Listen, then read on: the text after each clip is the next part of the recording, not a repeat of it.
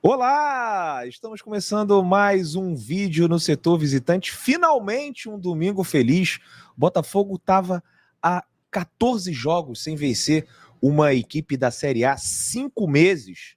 3 vitórias seguidas depois de 8 meses. Desde a era caçapa que a gente não conseguia 3 vitórias seguidas e agora conseguimos com o Fábio Matias, que também é um técnico interino. Obviamente, nesse vídeo de hoje, a gente vai repercutir tudo o que aconteceu no Clássico e também falar um pouquinho do que a gente espera para esse jogo contra o Bragantino. Será que a gente vai conseguir falar hoje? Será que vai dar tempo? Ou a gente deixa para amanhã? Enfim, vamos ver, porque eu acho que uma coisa está ligada à outra. E para conversar aqui comigo no canal, temos o nosso querido Joaquim Marques, mais uma vez presente. Antes de você dar o seu bom dia, boa tarde, boa noite, dependendo da hora aí que a galera vai assistir, eu vou pedir para vocês que estão assistindo deixarem um like, se inscreverem aqui no canal e também ter um plano de membros a partir de R$5, quem puder ajudar na manutenção do canal. Estaremos muito felizes. E ative as notificações para saber quando que o setor visitante vai entrar na sua casa. E aí, meu querido Joaquim? Tá feliz, né?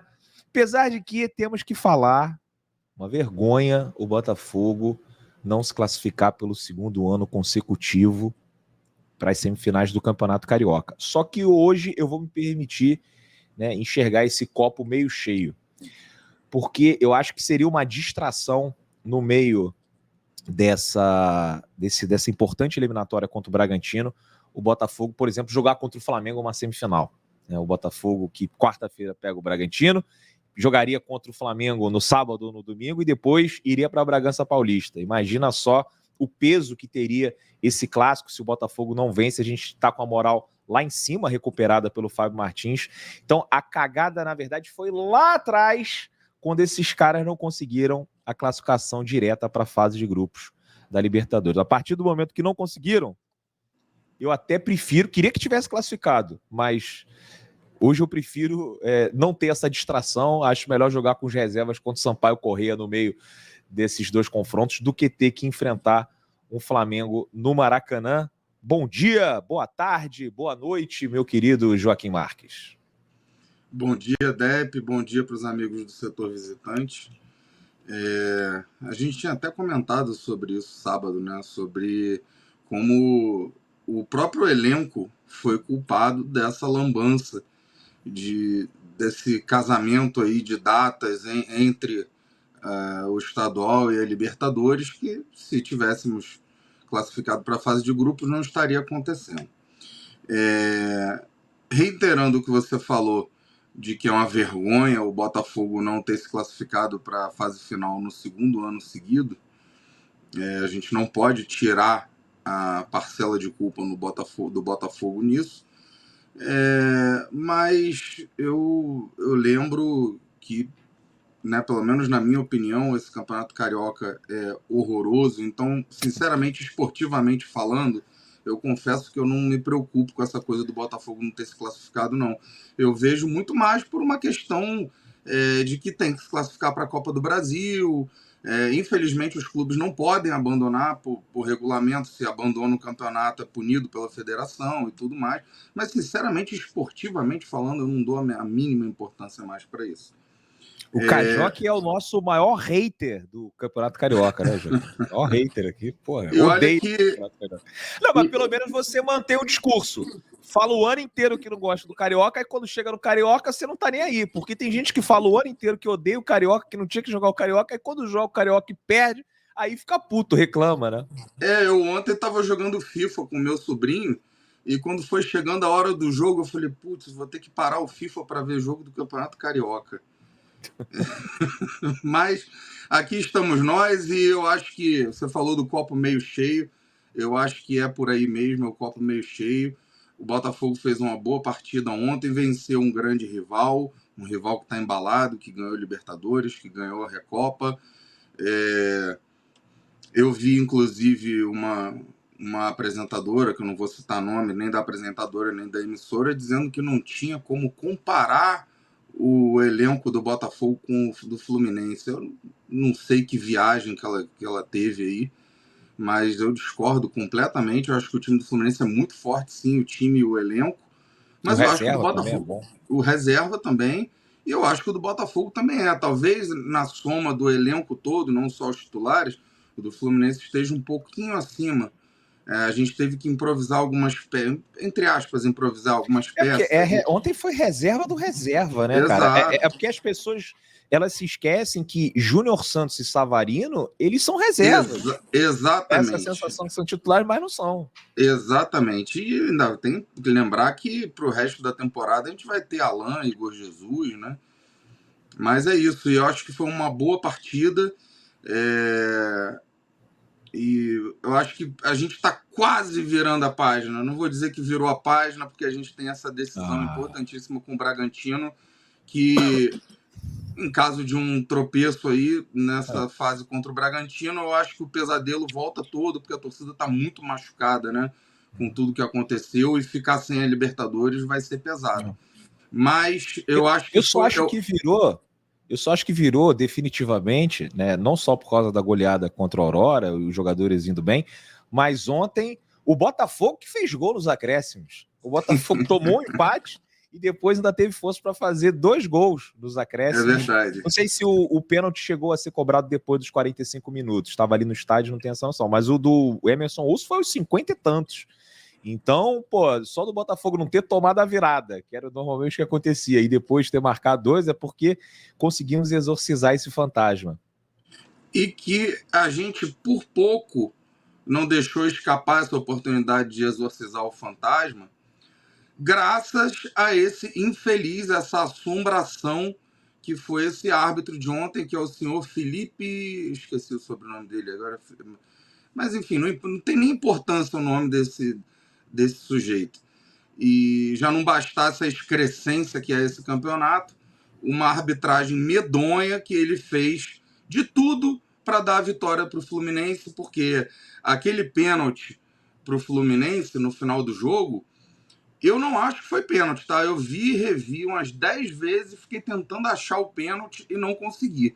Mas até concordaria que aquilo fosse pênalti.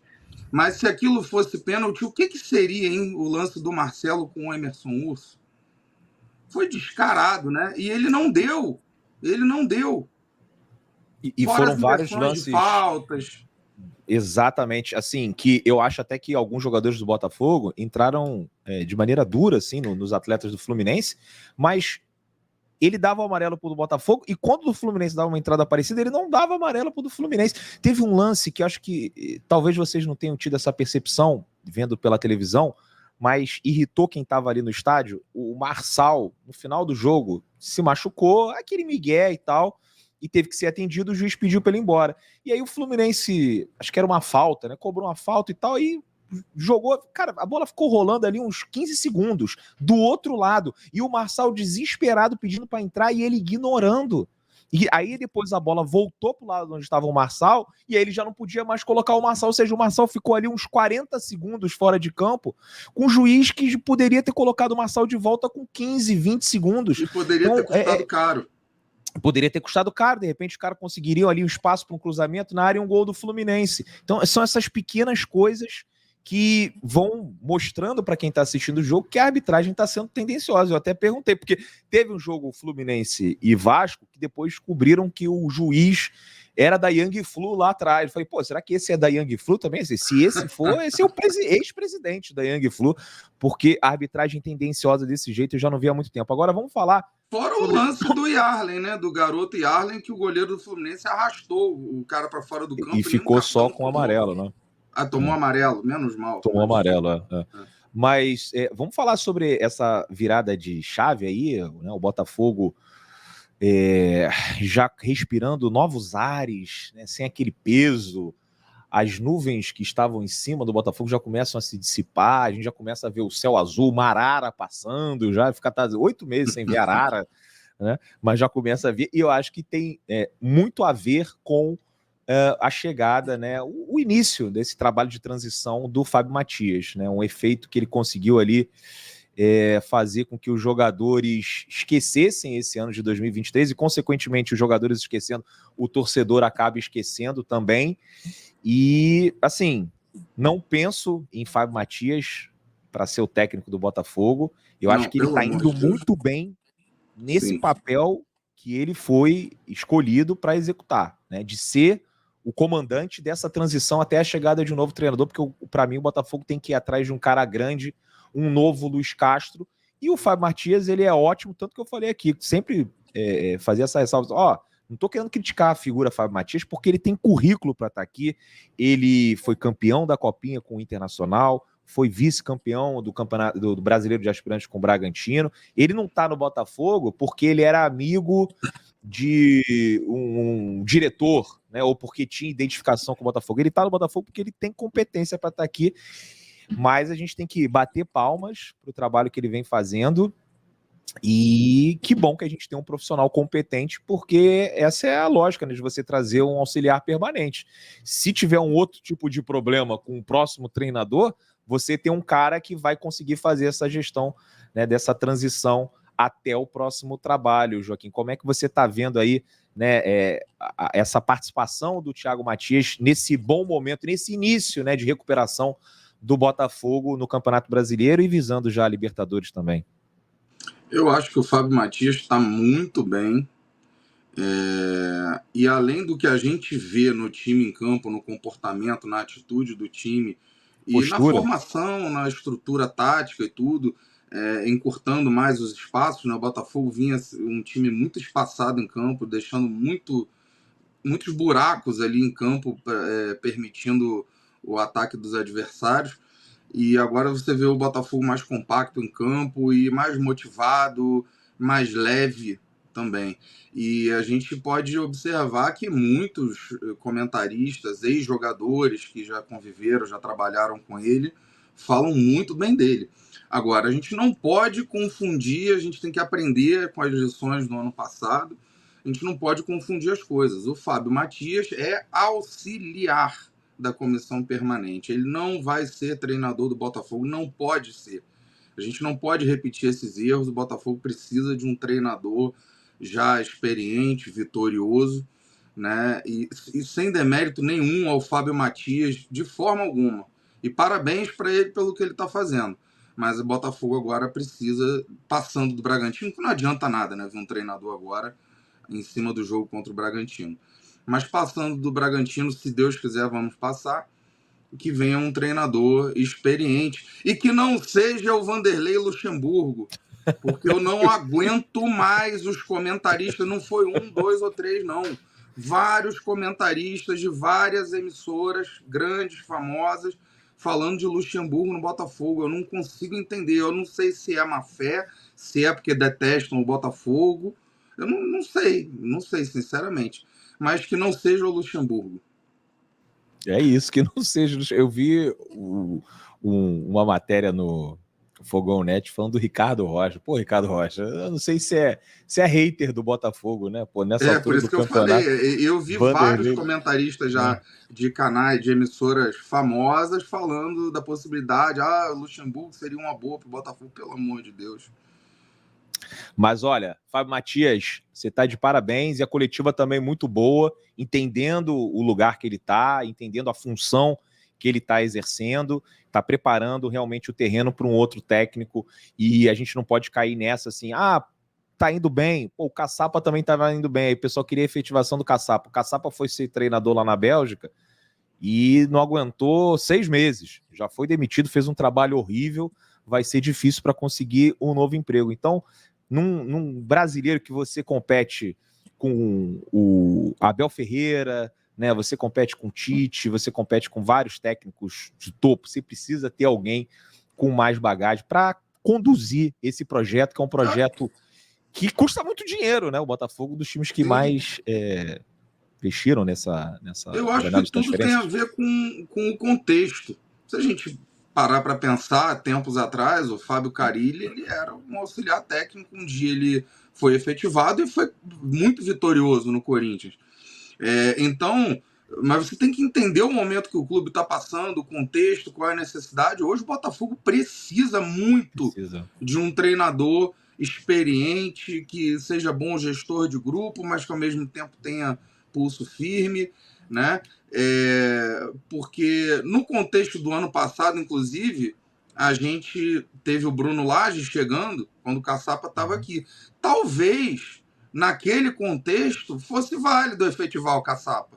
Ele vinha de 4 vitórias, manteve aquele embalo que era do Luiz Castro, então acho que não seria nada absurdo. Mas no contexto de hoje não tem o menor cabimento. Tem que Mas vir um sabe qual é que treinador. é que no futebol, numa temporada, você tem altos e baixos. O Palmeiras, no ano passado, teve altos e baixos. Teve um momento que o Palmeiras estava ali numa situação não tão legal. E quando você tá ganhando, o auxiliar é foda. Caralho, esse maluco aí tem que efetivar, porque não sei o quê. Só que vai chegar um momento que vai começar a perder, que vai começar a empatar. E aí vão falar, aí a pressão aí, vai tá ficar vendo? grande. Foram efetivar o auxiliar, porra. Aí o que aconteceu? Por exemplo, Luiz Castro era um cara grande. Quando o Botafogo oscila, vai mal no Campeonato Carioca, ele consegue segurar. Ele consegue se segurar no cargo. E a O torcida, apesar de Textor querer a bancou ele saída, também, né? A gente não pode esquecer disso. Foi bem legal essa postura do Textor na época. Mas não era uma unanimidade, assim. Tinha muitos torcedores que queriam a saída do Luiz Castro. Muitos. Mas tinha uma galera que fala, pô, esse cara é bom. Né? O segundo turno do campeonato passado foi bom. Vamos tentar entender o que está acontecendo. E aí ele ficou e fez o que fez, né? Um primeiro turno, preparou o time, né, para fazer uma campanha histórica no primeiro turno, depois foi embora, enfim. Mas acho que sobre o Fábio Matias já está conversado. Vamos falar sobre os jogadores que conseguiram aproveitar melhor esse campeonato estadual. Campeonato que a gente sempre fala que é um grande laboratório, que é o momento de você testar, de colocar os moleques da base. Eu ontem vi uma postagem do meu querido amigo Ricardo Azambuja falando que o Cauê e o Matheus Ponte foram os que melhor aproveitaram, e eu concordo com ele. Acho que esses aí já se mostraram capazes de estarem nesse elenco do Botafogo. O Raí também. Para o Campeonato Brasileiro. Mas assim, num nível abaixo. E aí eu acho que o Raí, o que vai acontecer? O Raí vai acabar não tendo espaço nesse time do Botafogo, como eu acho que o Diego Hernandes também não vai ter espaço com a volta do Luiz Henrique, com a volta do Jefinho. Vamos ver se o Botafogo vai trazer um camisa 10 também, que é um assunto para a gente debater essa semana. Tem janela de transferências até na quinta-feira.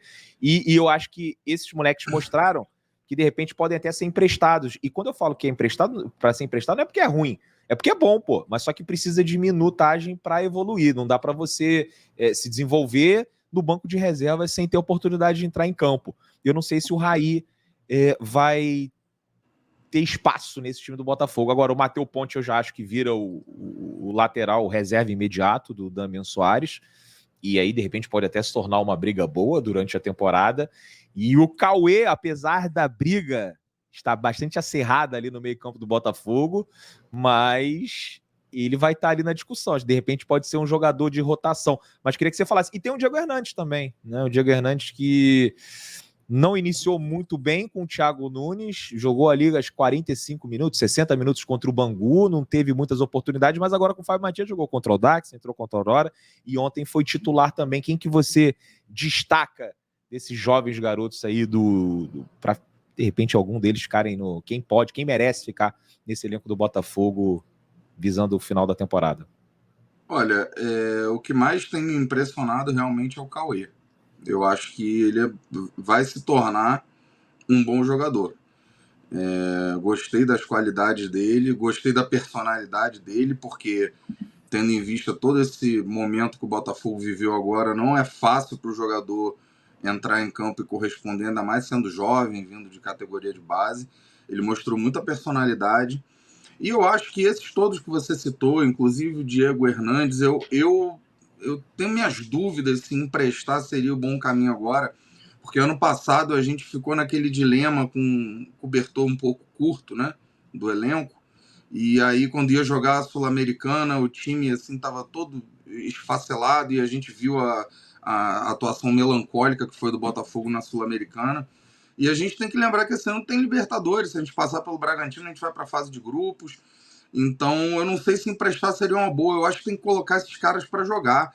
Eu acho que o Diego Hernandes, especialmente, ele ficou muito tempo ali encostado, jogado para escanteio. E enquanto a gente não vê esse cara jogando bola, a gente não vai ter como ter uma avaliação muito concreta. Ah, mas a gente não tá vendo treino. Mas, pô, não contratou, gastou dinheiro. Bota o cara para jogar.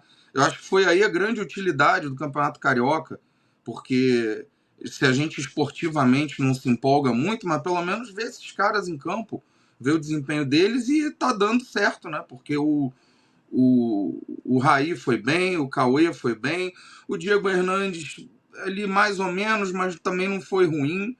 Parece que aos pouquinhos vai se soltando. Agora, para lembrar, já que a gente estava elogiando o Fábio Matias, quero elogiar o Fábio Matias também pelo Marlon Freitas, que ontem fez uma bela atuação onde eu acho que onde ele se sente mais à vontade, que é de segundo volante. Ele tinha o Gregory ali, né, sustentando na marcação, e ele ficou um pouco mais solto para chegar, pisar na área, finalizar, fazer gol. Então, parabéns para o Marlon Freitas, que parece que está dando a volta por cima, e para o Fábio Matias, que enxergou esse posicionamento dele. E uma coisa que eu acho que a gente tinha que ressaltar, eu falei na live de ontem, é a personalidade do Marlon Freitas. Porque, primeiro, entrou em campo depois de uma morte na família, né? O sogro dele faleceu, tanto é que ele não jogou contra o Aurora, mas mesmo assim conseguiu reunir forças para estar ajudando o Botafogo numa partida, um clássico. O clássico é sempre importante, né? No jogo contra o Fluminense. Além disso, o Marlon, que começou esse ano sendo perseguido pela torcida, cada toque na bola era uma vaia, torcida que inclusive levou faixa pedindo a saída do Marlon Freitas. Ele teve proposta, quis continuar no Botafogo, quis dar a volta por cima, fez um gol com essa característica aí que você falou, né, pisando na área, finalizou bem, podia ter feito um outro gol, que se eu não me engano o Felipe Alves faz um defesaço, um chute de fora da área, e com o jogo 2-2, quase 45 minutos do segundo tempo, pênalti para o Botafogo, ele podia ter ficado quietinho no canto dele, que ninguém ia lembrar do Marlon Freitas, bota o Janderson para bater, bota um outro cara aí para bater, ele foi lá, pegou a bola, e se ele perde aquele pênalti, podia encerrar a carreira dele no Botafogo, porque o Botafogo ia perder mais um pênalti importante, um pênalti num clássico, um pênalti que daria a vitória, ia somar com o episódio da piscadinha, iam começar a chamar de pipoqueiro, e tem uma coisa que esses caras não são, eles não são pipoqueiros. O Tiquinho no ano passado mostrou que não é pipoqueiro quando pegou a bola para bater aquele pênalti contra o Curitiba, que também poderia ter encerrado a carreira dele aqui no Botafogo. Então o Marlon, além do bom futebol, que já está retornando, tem um tempinho, o Marlon vem jogando bem essas últimas partidas do Campeonato Carioca, né? O Marlon também ontem mostrou que tem personalidade, que não é pipoqueiro, bateu o pênalti, fez o gol, extravasou, foi legal demais. É o que eu falo, jogador bom não é pra gente cancelar e querer que saia do Botafogo, é pra gente tentar recuperar, porque senão acontece o que a gente já viu acontecer várias vezes. Os caras saem do Botafogo e são campeões em outros clubes e a gente fica aqui, né, chupando o dedo, cara de bunda, choramingando, pô, caramba, olha lá o Marlon no Grêmio, campeão, Copa do Brasil, e a gente aqui, né, toda hora reformulando, clubes, né? Toda hora reformulando, e manda embora, e manda embora, e manda embora, e troca, e fica nesse ciclo aí. Isso é um mal de todas as torcidas, porque tá lidando com paixão, né? Então é difícil querer que o torcedor seja racional. Mas a gente já teve vários exemplos. O São Paulo escorraçou o Kaká, a torcida do São Paulo, né? Escorraçou o Kaká, não queria ver ele nem pintado de ouro, depois ficou chorando quando ele arrebentou lá no Milan, virou o melhor do mundo. A gente tem muitos exemplos disso. Mas a torcida do Botafogo, pelo histórico que a gente tem já de muitos anos, com as administrações pavorosas que a gente teve, que acabaram com o clube, graças a Deus que a gente teve o John Textor para pegar o clube. O John Textor, eu digo sempre que mais valioso do que ganhar um título, ele nos devolveu a esperança de ganhar um título, porque a gente já não tinha mais, né? Mas esperança de competir, né? Exato, a torcida do Botafogo, por esse histórico de muito machucado, né, com tudo isso que aconteceu nos últimos muitos anos, o Botafogo potencializa isso, de quando um jogador começa a ir mal, a torcida já fica enlouquecida, fora Tiquinho, fora Tietê, fora não sei quem, e não pode ser assim, né, a gente sabe disso.